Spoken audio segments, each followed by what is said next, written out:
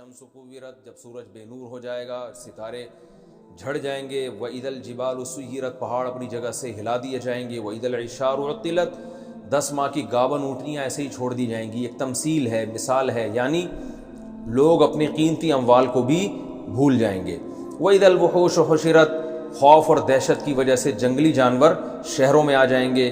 اور وَإِذَا الْبِحَارُ سُجِّرَتْ، سمندروں میں آگ لگا دی جائے گی، بھڑکا دیے جائیں گے۔ وَإِذَا النُّفُوسُ زُوِّجَتْ، لوگوں کو حصوں میں ڈیوائیڈ کر دیا جائے گا، اچھے اور برے۔ وَإِذَا الْمَوْءُودَةُ سُئِلَتْ، یہ تو شروع میں تو یہ قیامت کی ہولناکیاں ہیں نا، جو پہلا سور ہے۔ آگے دوسرے سور کے بعد کیا ہوگا؟ وَإِذَا الْمَوْءُودَةُ سُئِلَتْ، جس دن زندہ دفن کی ہوئی لڑکی سے پوچھا جائے گا بِأَيِّ ذَنبٍ قُتِلَتْ۔ یہ قرآن کی بلاغت ہے۔ اب دیکھیے قرآن جو ہے نا جزیات کے ضمن میں کلیات بیان کرتا ہے، یہ میں بار بار اصول بیان کرتا ہوں۔ جزیات کسے کہتے ہیں؟ تھوڑی گاڑی اردو ہے، یعنی قرآن بتائے گا کہ قیامت کے دن ایسا ہوگا، حالانکہ ایسا نہیں ہوگا، ہوگا تو بہت کچھ، یعنی اس سے یہ بتانا چاہتا ہے کہ انصاف ہوگا قیامت کے دن۔ اب ہو یہ رہا ہے، قرآن یہ بتا رہا ہے کہ سورج تباہ ہو جائے گا۔ اصل میں تو کیا اس کو 2 لفظوں میں یوں بیان کیا جا سکتا تھا کہ ایک دن آئے گا پوری کائنات تباہ کر دی جائے گی اور سب سے حساب و کتاب لیا جائے گا۔ یہ 2 لفظوں میں بات شارٹ میں آ سکتی ہے نا؟ اصل تو مضمون ہے نا آیت کا، وہ کیا ہے؟ یہ دنیا ایسے نہیں چل رہے گی ہمیشہ، بلکہ ایک دن کیا ہوگی؟ دنیا تباہ ہو جائے گی، سب سے حساب لیا جائے گا۔ یہ ایک اصول ہے، قاعدہ بیان کیا جا رہا ہے، لیکن قاعدہ قرآن جو بیان کر رہا ہے وہ واقعات بیان کر رہا ہے کہ ایسا یہ واقعہ بھی ہوگا، یہ واقعہ بھی ہوگا، یہ واقعہ بھی ہوگا اور یہ واقعہ بھی ہوگا۔ میں اس کی یوں مثال سے بات سمجھاتا ہوں۔ قرآن کہتا ہے وَلَا تَقُل لَّهُمَا اُفٍّ، والدین کو اف مت کرو۔ یہ قاعدہ نہیں ہے، لا اور قاعدہ یہ ہے کہ والدین کو تکلیف نہ دو۔ اب جب ہم تکلیف نہیں دیں گے تو اس کے بہت سارے جزیات ہیں، اس میں یہ کہ ان کو گالی بھی نہ دو، اس میں یہ ہے کہ ان کو مارو بھی نہیں، اس میں یہ کہ ان کو اف بھی نہ کرو۔ تو تکلیف کی جتنی قسمیں تھیں وہ ایک اصول میں آ جاتی ہے نا کہ ان کو تکلیف نہ دو۔ تو ہونا یہ چاہیے تھا کہ قرآن سیدھا سیدھا یہ کہہ دیتا کہ ان کو تکلیف نہ دو، یہ لا بیان کر دیتا نا، قاعدہ بیان کر دیتا۔ لیکن تکلیف کی قسمیں کیوں بیان کی جا رہی؟ ان قسموں کو ہم جزیات کہتے ہیں۔ قسمیں کیوں؟ اور قسم میں ایک قسم بیان کی ہے، تو بظاہر یہ بلاغت نہیں ہے، کلام جامع تو نہ ہوا نا بھائی۔ یار میں ایک بات ہے، کوئی مہمان آپ کے گھر آتا ہے، میرا مہمان ہے، میں آپ سے کہتا ہوں یار یہ میرا دوست ہے، آپ اس کا اکرام کرنا۔ اب آپ خود سمجھ جاؤ گے بھائی یہ قانون بیان کر دیا، اکرام کرنا ہے۔ اب اکرام میں اگر اس کو پانی کی ضرورت ہے تو پانی پلایا جائے گا، اس کو چائے کی ضرورت ہے تو چائے، اس کو نیند آ رہی ہے تو آپ سونے کے لیے بستر دیں گے، تمام چیزیں آ گئی نا۔ تو بلاغت کا تقاضا تو یہ تھا کہ میں آپ سے کہتا اس کا اکرام کرو، بس۔ اکرام کی جو جزیات ہیں کہ چائے پلاؤ، کولڈ ڈرنک پلاؤ اور سونے کے لیے بستر دے دینا اور اے سی آن کر دینا، ڈرامہ دیکھنے کا دل چاہ رہا ہے تو ارطغرل دکھا دینا، ٹھیک ہے نا، یہ تو ساری جزیات ہیں نا۔ تو اس سے تو کلام لمبا ہو رہا ہے۔ تو ہونا یہ چاہیے تھا کہ میں آپ سے یہ کہہ دیتا کہ بھائی میرا گیسٹ آ رہا ہے اس کا اکرام کرو۔ اب آپ پہ چھوڑ دیتا ہے بھائی اکرام تو خود سمجھ جاؤ اکرام کسے کہتے ہیں۔ لیکن قرآن یہاں اصول بیان نہیں کر رہا، وَلَا تَقُل لَّهُمَا اُفٍّ میں بھی قرآن نے اصول بیان نہیں کیا، بلکہ یہ ایسے ہی ہے، قرآن نے کہا والدین کو اف نہ کرو، حالانکہ قرآن یہ کہہ دیتا کہ والدین کو تکلیف نہ دو، تو اف خود بخود اس میں آ جاتا۔ لیکن قرآن کی عادت یہ نہیں ہے، قرآن جزیہ بیان کرتا ہے اور کہتا ہے اس سے قاعدہ تم نے خود نکالنا ہے۔ اس میں حکمت کیا ہے؟ ہر جگہ ایک نئی حکمت ہوتی ہے۔ یہ بہت ٹیکنیکل پوائنٹ کی باتیں، ان کی قدر کر لیں، ٹھیک ہے نا۔ ایسی باتیں عام طور پہ آسانی سے تفسیروں میں ملتی نہیں ہیں، اس میں بلکہ بعض دفعہ ملتی نہیں ہے، ساری زندگی بھی تلاش کرتے رہے، نہیں ملتی، ٹھیک ہے۔ وَلَا تَقُل لَّهُمَا اُفٍّ قرآن نے اس لیے کہا ہے کہ قرآن اگر اصول بیان کرتا نا کہ والدین کو تکلیف نہ دو، یہ اصول ہے، تو اس میں ہو سکتا ہے بہت سے لوگ کہتے ہیں بھائی اف کہنے میں تو کوئی تکلیف ہے نہیں، اتنی چھوٹی سی تکلیف ہے کہ یہ اس اصول میں داخل ہے ہی نہیں۔ لہذا قرآن نے اف کی مثال دی جو تکلیف میں سب سے کم درجے کی تکلیف سمجھی جاتی ہے۔ بھائی کسی کو آپ کہہ دو اف، اس سے اس کو کتنی تکلیف ہوگی؟ بہت معمولی سی۔ تو قرآن نے جزیہ بیان کر دیا کہ جب میں اتنی سی تکلیف برداشت نہیں کر سکتا تو گالی دینا یا ان کو مارنا یہ تو بہت دور کی بات ہے.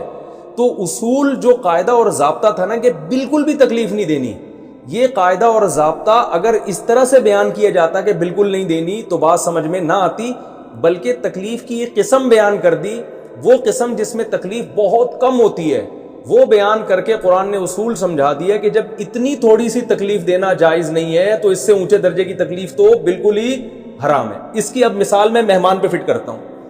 یہ عثمان بھائی بیٹھے ہوئے ہیں, میں نے کہا کہ میرا مہمان ہے, ان کا اکرام کرنا. اب مجھے ڈر یہ لگ رہا ہے کہ یار یہ ان کا لائف سٹائل الگ ہے. مہمان آیا ہے جناب, وہ سعودی عرب کے رائل فیملی سے اس کا تعلق ہے. اب ہو سکتا ہے یہ اس کو ایک ایئر کنڈیشن روم دے دیں اور ایک چائے منگوا کے اس کے سامنے رکھ دیں, اس کو یہ سمجھ رہے ہوں گے کہ کیا یہ اکرام ہے. تو وہاں میں ڈیٹیل میں جاؤں گا, میں اصول نہیں بیان کروں گا کہ اس کا اکرام کرو گا, میں کہوں گا یار ان کے یہاں اکرام کی ڈیفینیشن الگ ہے اور وہ رائل فیملی کا ہے. جو چیز ان کے یہاں اکرام سمجھی جاتی ہے وہ اس کے ہاں توہین سمجھی جاتی ہے. یہ اس کو بریانی اور جو ہے نا قورمہ لا کے رکھ دیں گے, سمجھ رہے ہیں نا, وہ بکرے کی چانپیں کھانے کے عادی ہیں, ٹھیک ہے. یہ ان کو جو ہے نا وہ قورمہ لا کے رکھ دیں گے اور سمجھیں گے میں نے کیا کیا ہے, اکرام کیا. تو ان کو تو بھائی زیتون چاہیے, اور زیتون بھی یہاں کا ڈالڈا والا زیتون نہیں چاہیے ان کو, تو کوئی زیتون بھی کوئی شام اور فلسطین کا زیتون اور انجیر اور پتہ نہیں کیا کیا, اور گھر میں تو بٹھانا ہی نہیں, ان کو تو ہوٹل دینا ہے رینٹ پہ لے کے. ان کو تو کوئی بہت ہی کوئی لگژری قسم کا کمرہ جو ہے نا وہ رینٹ پہ لے کے دیں, اپنے گھر میں تو رکھنا ہی نہیں ہے, ٹھیک ہے نا. تو یہاں میں قاعدہ کلیہ بیان نہیں کروں گا, یہاں میں جزیات بیان کروں گا کہ بھائی عثمان بھائی ایک گیسٹ آ رہے ہیں تو ایسا ہے کہ ان کو آپ شیرٹن ہوٹل میں ایک کمرہ بک کر کے دے دیں, ٹھیک ہے نا, اور ہوٹل والے سے کہتے ہیں بھائی تو بل کی پرواہ نہ کر. اب یہ جزیات بیان ہو رہی ہیں نا, بھائی تو بل کو چھوڑ دے کہ کتنا بل بنے گا, وہ سب ہدیے کی شکل میں واپس, جب یہ بادشاہ سلامت خوش ہو کے واپس جائیں گے نا تو وہ مجھے بھی نواز دیں گے اور تجھے بھی نواز دیں گے. تو یہاں میں جزیات بیان کروں گا, یہاں میں کلیات یہ نہیں کہوں گا کہ بس اکرام. تو قرآن بھی اصول اور ضابطہ اگر بیان کر دیتا نا کہ ایک دن قیامت آئے گی اور سب تباہ ہو جائے گا اور لوگوں کا انصاف ہوگا, تو بات کلیئر نہیں ہوتی. لوگ کہتے ہوگا انصاف ہوگا, جو اللہ کے سامنے جا کے بیان کر دیں گے اور جو دنیا میں انتقام لے سکتے تھے وہ بتا دیں گے کہ بھائی اللہ اس نے دنیا میں میرے ساتھ ظلم کیا تو اب بتا. تو اللہ بتا رہے ہیں کہ اصول نہیں بیان کروں گا, میں بتا رہا ہوں کہ جس دن قیامت تباہ آئے گی تو یہ کچھ ہوگا. سورج جو لاکھوں سال سے روشنی دے رہا ہے, جس کے بارے میں تصور ہی نہیں ہے کہ کبھی بے نور ہو سکتا ہے, کیونکہ ہم جب کہتے ہیں نا سب کچھ تباہ ہو جائے گا تو ایک جنرلی یہ خیال آتا ہے بس تباہ ہو جائے گا. ہو سکتا ہے سورج تباہ نہ ہو, وہ اسی طرح چلتا رہے. لاکھوں کروڑوں سال ہو گئے سورج بے نور نہیں ہوا, تو اللہ جزیات بیان کر کے کلیات سمجھا رہے ہیں, کلیہ سمجھا رہے ہیں کہ یہ جو سورج لاکھوں کروڑوں سال سے چمک رہا ہے اس کی روشنی ختم. سمندر کے بارے میں تصور نہیں ہے کہ آگ لگ جائے اس میں, ادھر توجہ, یعنی پانی میں آگ لگنا ممکن نہیں ہے. سمندر کے بارے میں تصور نہیں ہے کہ آگ لگ جائے. ایسی تباہی اگر کلیہ بیان کیا جاتا نا تو اتنی بڑی تباہی کا تصور دماغ میں نہیں آتا. ہم کہتے ہیں زیادہ زیادہ یہ کہ بھئی تباہ ہو جائے گا, سمندر اپنی جگہ رہے گا, پہاڑ ختم ہو جائیں گے. نہ اللہ فرمائے سمندروں میں آگ لگا دی جائے گی, ایسی ہولناکی ہوگی. اور جب حساب و کتاب کی باری آئی تو یہ نہیں کہا کہ سب کا حساب ہوگا, بلکہ اللہ نے فرمایا زندہ دفن کی ہوئی لڑکی سے پوچھا جائے گا بتا تجھے کس جرم میں قتل کیا گیا. یعنی ایسے لوگوں کے مجرموں سے بھی انتقام لیا جائے گا دنیا میں جس کے مجرم سے انتقام کا تصور ہی نہیں ہے. کیونکہ جب کوئی کسی کو قتل کرتا ہے تو وارث انتقام لیتے ہیں نا. بھائی باپ بیٹے کو اگر کوئی قتل کر دے تو باپ کھڑا ہوگا کہ میرے بیٹے کو کس نے مارا. بھائی کو اگر بھائی قتل کر دے تو بھائی کھڑا ہوگا کہ میرے بھائی کو کس نے مارا. یہاں تو جو قصاص لینے والا ہے نا, باپ اپنی بیٹی کی طرف سے قصاص لیتا ہے نا, تو باپ خود ہی جب دفن کر رہا ہے تو پھر کون مجھ سے پوچھنے والا ہے. تبھی عرب میں ایسے کیسز تو عدالت میں آتے ہی نہیں تھے, کہ عدالت میں لے کے جائے گا کون.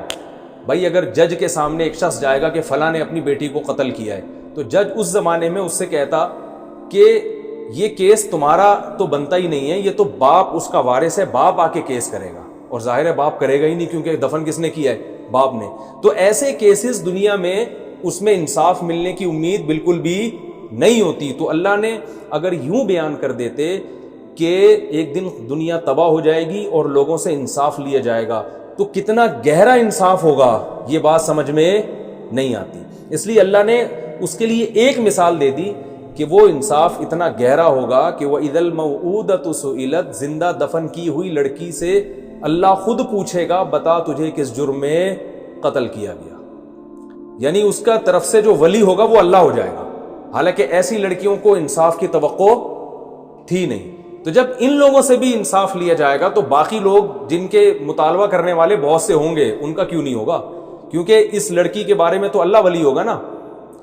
اور باقی جو قتل دنیا میں ہوئے ان کے تو بہت سے لوگ، قاتل خود کھڑا ہوگا، مقتول خود کھڑا ہوگا، قاتل کا بھائی آ جائے گا، مقتول کا بھائی آ جائے گا، بہنیں وراثت لینے کے لیے آ جائیں گی. وہاں تو اللہ کے علاوہ بھی اتنے سارے مطالبے ہیں، تو وہ تو بطریق اولا وہ کیسز کھلیں گے، ان کی فائلیں کھلیں گی. سمجھ میں آ رہی ہے بات کہ نہیں آ رہی؟ تو یہ بتانا مقصد ہے. یہ قرآن میں یہ اصول جس کو سمجھ میں آ جائے نا، کہ یہ لفظ یاد کر لیں، قرآن جزیات کے ضمن میں اصول اور قاعدے بیان کرتے ہیں، یہ قرآن کی عادت ہے. تو اللہ تعالیٰ فرماتے ہیں وَإِذَا الْمَوْءُودَةُ سُئِلَتْ، جس دن زندہ دفن کی ہوئی لڑکی سے پوچھا جائے گا بِأَيِّ ذَنبٍ قُتِلَتْ، بتا کس جرم میں تجھے قتل کیا گیا، اسے کس جرم میں قتل کیا گیا تھا، اللہ تعالیٰ پوچھے گا.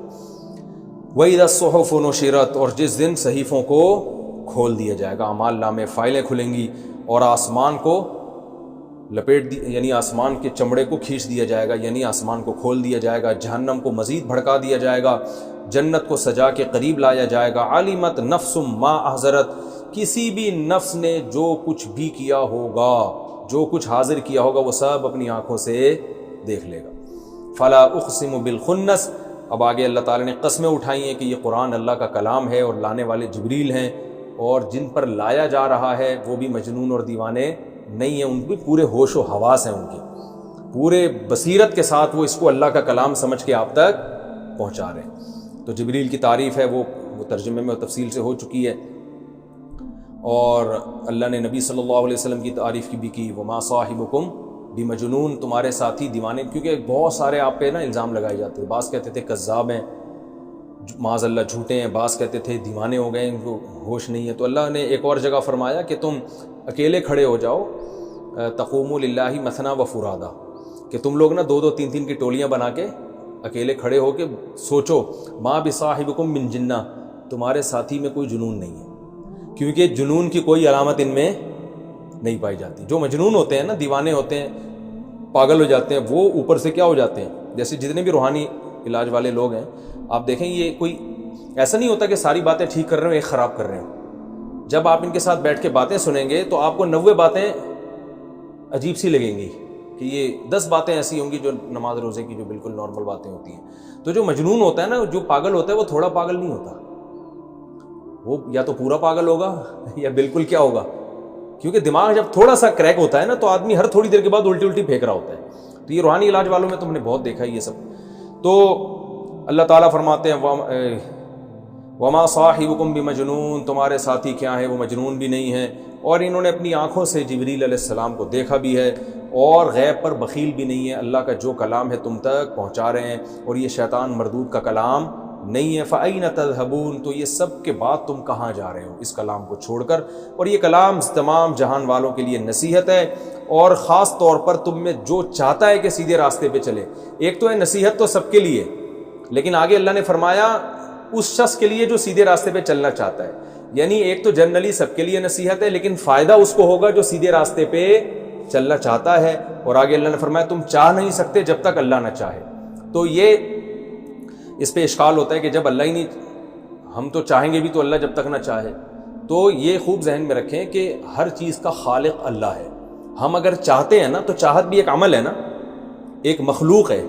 اس چاہت کو پیدا کرنے والا بھی کون ہے؟ اللہ ہے. تو اب اللہ کی ایک حکمت ہے، وہ اس کی حکمت کا تقاضا ہے کہ کون چاہے گا اور کون نہیں چاہے گا. تو اللہ تعالیٰ پہلے سے جانتے ہیں کہ کس کو ہدایت ملنی چاہیے اور کس کو ہدایت نہیں ملنی چاہیے. قرآن نے یہ مضمون دوسرے مقام پر بہت زیادہ تفصیل سے بیان کیا ہے کہ جن کے دلوں میں انابت ہوتی ہے اللہ ان کو توفیق دیتے ہیں، جن کے دلوں میں انابت نہیں ہوتی، جو یعنی ہٹ دھرم ہوتے ہیں، ضدی ہوتے ہیں، بدعمالیاں کر کر کے ان کے دلوں پر مہر لگ چکی ہوتی ہے، تو پھر اللہ ان کے بارے میں چاہتے ہی نہیں ہے کہ ان کو ہدایت ملے۔ جب اللہ چاہتے ہی نہیں ہے انہی کی بدعمالیوں کی، یاد رکھیں اس کا یہ مطلب نہیں ہے کہ اللہ زبردستی کسی پہ گمراہی کو مسلط کر دیتے ہیں، یہ مطلب نہیں ہے۔ یہ قرآن کی دوسری آیتوں کے بالکل خلاف تفسیر ہے۔ زبردستی کسی پر نہ اللہ ہدایت مسلط کرتے ہیں اور نہ اللہ اس کو زبردستی گمراہ کرتے ہیں، بلکہ یہ تو ہوتا ہے کہ زبردستی بعض دفعہ کسی کو ہدایت دے دیتے ہیں، یہ بھی ہوتا ہے، اللہ کی رحمت ہے، لیکن گمراہ زبردستی کسی کو نہیں کرتے۔ تو اللہ دیکھتے ہیں کہ کون اس قابل ہے کہ اس کے دل میں چاہت پیدا کرے ہدایت کی، اور کون اس قابل ہے کہ اس کے دل میں چاہت پیدا نہ کریں۔ وہ ہر انسان کی اپنی بدعملی اور نیک عمل کا نتیجہ ہوتی ہے۔ اللہ تعالیٰ ہمیں سمجھنے کی عمل کی توفیق عطا فرمائے۔ یہ اور اس میں مسلمانوں کو اس بات کی بھی ترغیب ہے کہ ہدایت بھی اللہ سے مانگا کریں، یعنی اللہ سے مانگا کریں کہ اللہ میرے دل میں چاہت بھی پیدا کر دے، کیونکہ تیرے ارادے کے بغیر کچھ بھی نہیں ہو سکتا۔ اگلی صورت ہے سورہ انفطار، یہ بھی بالکل سورہ اذا الشمس کوورت کی طرح ہی ہے، جلدی جلدی اس کو بھی پڑھ لیتے ہیں ہم۔ اذا السماء انفطرت، جب آسمان انفطرت، فطرت کہتے ہیں پھٹنے کو، انفطار کا معنی بھی پھٹنا۔ یہ جو ہم کہتے ہیں نیچر کو بھی فطرت کہتے ہیں، اصل میں انسان اس پر بنا ہوتا ہے۔ جس طبیعت پہ انسان ڈھلا ہے نا، اس طبیعت کو کیا کہا جاتا ہے؟ فطرت۔ تو ڈھالنا یا کسی چیز کو پھاڑ دینا، تو انفطرت جب آسمان پھٹ جائے گا۔ وَإِذَا الْكَوَاكِبُ، کوكب کی جمع آتی ہے کواکب، کوكب نورانی صاحب ہے نا، تو ان سے یاد رکھیں آپ، کوكب کسے کہتے ہیں؟ کوكب ستارے کو کہتے ہیں، تو اس کی جمع کیا آتی ہے؟ کواکب۔ وَإِذَا الْكَوَاكِبُ انتثرت، نثر کا معنی ہوتا ہے پھیلانا، انتثرت کا معنی بھی جھڑنا ہوتا ہے۔ وَإِذَا الْبِحَارُ، اور جب سمندروں کو فُجِّرَت، بھڑکا دیا جائے گا، آگ لگا دی جائے گی اس میں۔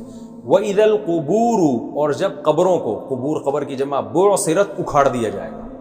یعنی قبروں کو اکھاڑنے کا مطلب یہ ہے کہ اس میں جو مردے ہیں ان کو اکھاڑ دیا جائے گا، کھڑا کر دیا جائے گا۔ حدیث میں آتا ہے، ایک روایت میں آتا ہے کہ ایسے قیامت کے دن جب سور پھونکا جائے گا نا، مردے قبروں سے نکلیں گے، جیسے کوئی گھاس پہ ہم بیٹھے ہوئے ہوتے ہیں نا، اور جب اٹھتے ہیں تو ایک ایک تنکا کیسے اس کا جو دبے ہوئے تنکے ہوتے ہیں کیسے کھڑے ہونا شروع ہوتے ہیں، تو ایسے قبروں سے مردے کھڑے ہونا شروع ہوں گے قیامت کے دن۔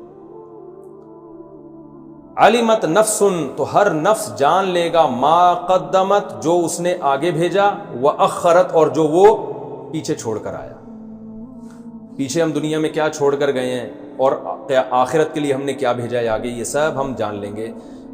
کل میں صبح حدیث پڑھ رہا تھا کہ رسول اللہ صلی اللہ علیہ وسلم گھر میں آئے، امی عائشہ سے پوچھا کچھ ہے، انہوں نے فرمایا ایک بکری ہم نے ذبح کی تھی، باقی تو ساری صدقہ کر دی ہے، ایک دستی کا گوشت، ایک شانہ جو ہے نا اس کا باقی ہے، تو آپ نے فرمایا جو صدقہ کر دیا نا وہ باقی ہے، یہ ختم ہو جائے گا۔ تو یہ مطلب ہے علمت نفس ما قدمت وأخرت، کہ کیا پیچھے چھوڑ کر آئے اور کیا آگے بھیجا۔ تو ہم جو صدقہ کر رہے ہیں ہم وہ سمجھ رہے ہیں کہ وہ تو ختم ہو گیا، جو کھا لیا وہ بچ گیا، حالانکہ اصل یہ ہے کہ جو صدقہ کر دیا اللہ کے لیے وہ آگے بھیج دیا ہم نے۔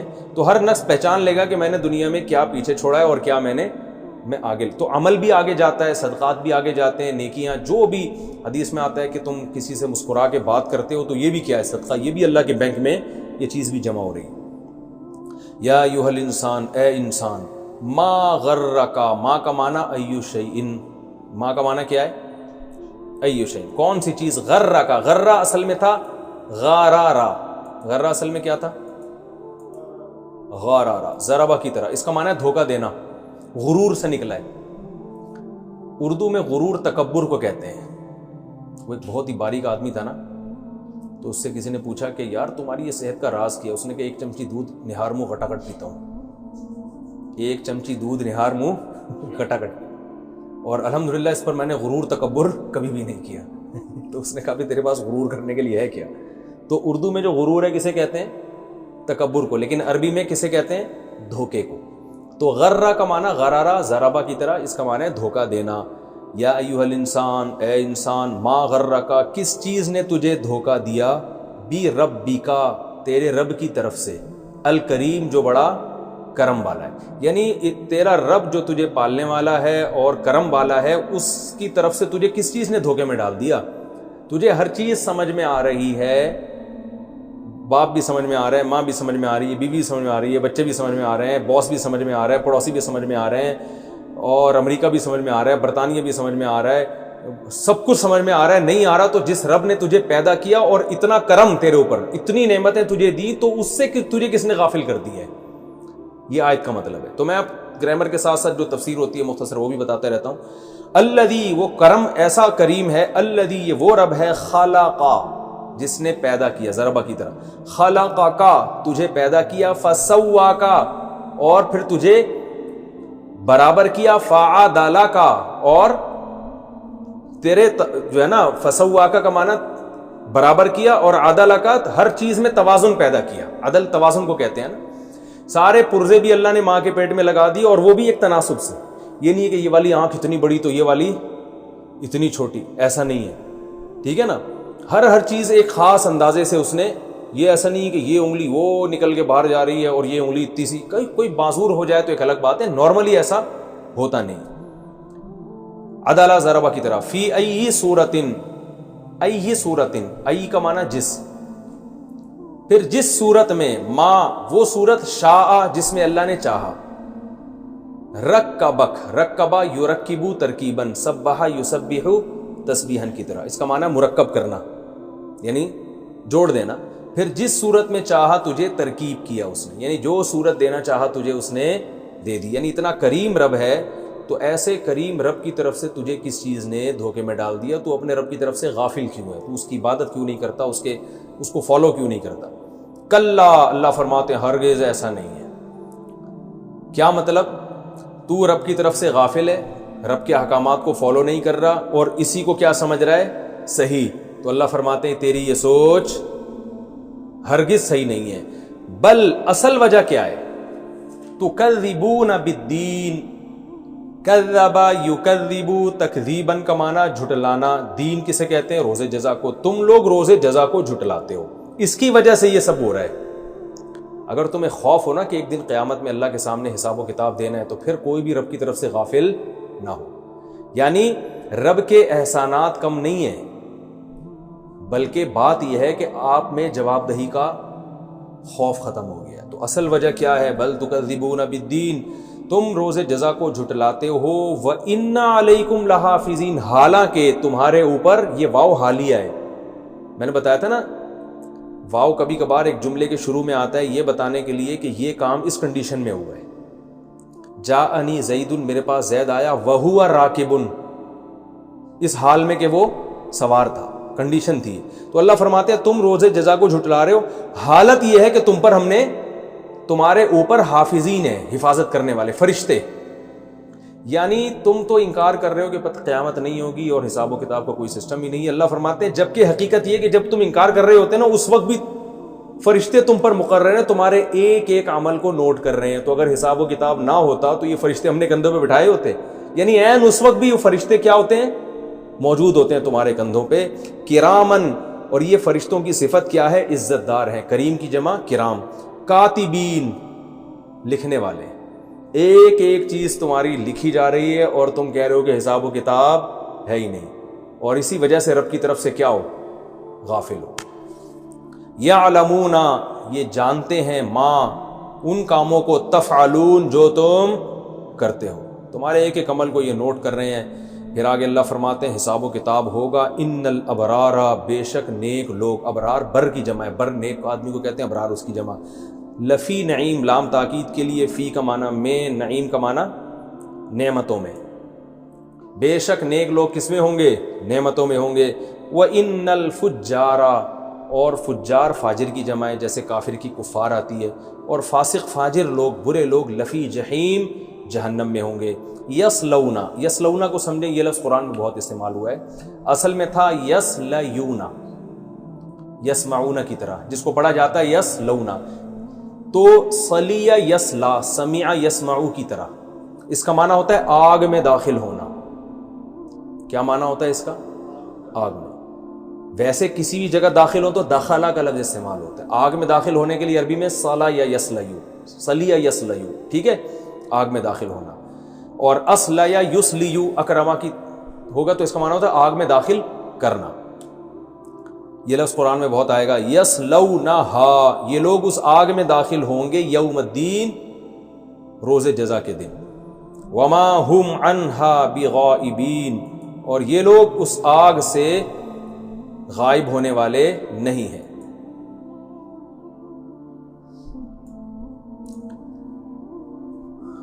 وما ادراک ما یوم الدین، اور آپ کو کیا خبر کہ یوم جزا کیا ہے. ثم ما ادراک ما یوم الدین، پھر ہم آپ کو بتائیں کہ آپ کو کیا خبر کہ روز جزا کیا ہے. یوم، یہ وہ دن ہے، لا تملک نفس لنفس شیئا، جس دن مالک نہیں ہوگا، تملکو یضربو یضربان یضربون تضربو، ٹھیک ہے نا، مالک نہیں ہوگا تملکو نفس، کوئی بھی نفس، لنفس کسی بھی نفس کے لیے، شیئا کسی بھی چیز کا، کوئی کسی کا مالک نہیں ہوگا، کوئی کسی کو زبردستی بخشوا نہیں سکتا، یہ مطلب ہے. ہاں جو مسلمان شفاعت کریں گے اللہ کی مرضی سے، وہ تو خود مالک نہیں ہوں گے نا، وہ تو اللہ مالک ہوگا. تو اللہ اگر کسی کو اجازت دے کسی کی سفارش کرنے کا، اور اس کی کچھ شرطیں اللہ نے لگائی ہوئی ہیں، تو وہ ٹھیک ہے، وہ تو قرآن و سنت سے ثابت ہے. یہ وہ دن ہوگا جس دن کوئی نفس کسی کا مالک نہیں ہوگا. والامر، اور معاملہ یعنی حکومت اور امر جو ہے، یومئذ، جس دن ایسا ہوگا، للہ، صرف کس کے لیے ہے؟ اللہ کے لیے. دنیا میں ظاہری طور پر انسانوں کی حکومت بھی چلتی ہے، لیکن قیامت کے دن صرف اور صرف کس کی ہوگی؟ اللہ کی حکومت ہوگی. بہت آسان ہے، اس کا میں صرف ترجمہ کر دیتا ہوں، سورت کی زیادہ کوئی تفسیر نہیں ہے. جب آسمان پھٹ جائے گا، ستارے جھڑ جائیں گے، سمندروں میں آگ لگے گی، قبروں سے مردے اکھیڑ دیے جائیں گے، تو وہ وقت ہوگا جب انسان دیکھ لے گا جو کچھ اس نے چھوڑ کر آیا اور جو آگے بھیجا. اللہ تعالیٰ انسان سے شکایت کرتے ہیں، اے انسان تجھے کیا ہو گیا؟ تو اپنے رب کی طرف سے تجھے کس نے دھوکے میں ڈال دیا؟ ایسا کریم رب ہے جس نے تجھے پیدا کیا اور ہر لحاظ سے برابر کیا، اور جس صورت میں چاہا تجھے، اور ہرگز ایسا نہیں ہے جیسا تو سمجھتا ہے. تم قیامت کے دن کا انکار کرتے ہو، حالانکہ تم پر ہم نے فرشتے متعین کیے ہوئے ہیں جو بڑے عزت دار ہیں، کاتبین ہیں، لکھنے والے ہیں، تمہارے اعمال کو جانتے بھی ہیں. کہتے ہیں دایاں جو فرشتہ ہے نا، وہ کیا کرتا ہے؟ نیکیاں لکھتا ہے، اور جو بائیں کندھے پہ بیٹھا ہوا ہے وہ، اب آپ اندازہ لگا لو، اگر وہ مخلوق ہم دیکھ لیں تو کتنے نیک بن جائیں نا، ہیں؟ یعنی ہمیں پتہ ہو ہم کہیں بیٹھے ہوئے غیبت کر رہے ہیں، لکھی جا رہی ہے ایک ایک چیز. تو یہی تصور بس اللہ نے چھپا دیا ہے. یہ فرشتہ یہ بھی لکھ رہا ہے کہ مفتی صاحب بیٹھ کے کیسی باتیں کر رہے ہیں، وہ یہ بھی لکھ رہا ہے کہ صرف باتیں ہی کر رہے ہیں یا عمل بھی ہے ان کا کہ نہیں ہے، ایک ایک چیز. تو انسانوں کو تو دھوکہ دے سکتا ہے نا. تو اس لیے بھائی بڑے خوف کی بات ہے، یہ بڑے خوف کا مقام ہے، ایک ایک چیز لکھی جا رہی ہے. یعلمون ما تفعلون، تم جو کچھ کر رہے ہو وہ فرشتے جانتے ہیں. ان الابرار لفی نعیم، بے شک نیک لوگ نعمتوں میں ہوں گے. وان الفجار لفی جحیم، اور برے لوگ جہنم میں ہوں گے. یہ فرشتے، بعض علماء کہتے ہیں کہ جب ہم بیت الخلا جاتے ہیں تو یہ فرشتے ہٹ جاتے ہیں، یا اس طرح کوئی حیا کے خلاف کام ہوتا ہے، جیسے کوئی آدمی اپنی زوجہ کے پاس جائے تو یہ فرشتے ہٹ جاتے ہیں. پھر اللہ نے دوسرا نظام کیا ہوا ہے محفوظ کرنے کا. قرآن میں آتا ہے، یہ زمین بھی ریکارڈنگ پہ لگا ہوا ہے، یہ بھی ہمارے ایک ایک حرکت کو نوٹ کر رہی ہے، ہمارے اپنے جسم کے اعضاء ہماری حرکتوں کو نوٹ کر رہے ہیں. وما ہم عنہا بغائبین، اور یہ جہنم سے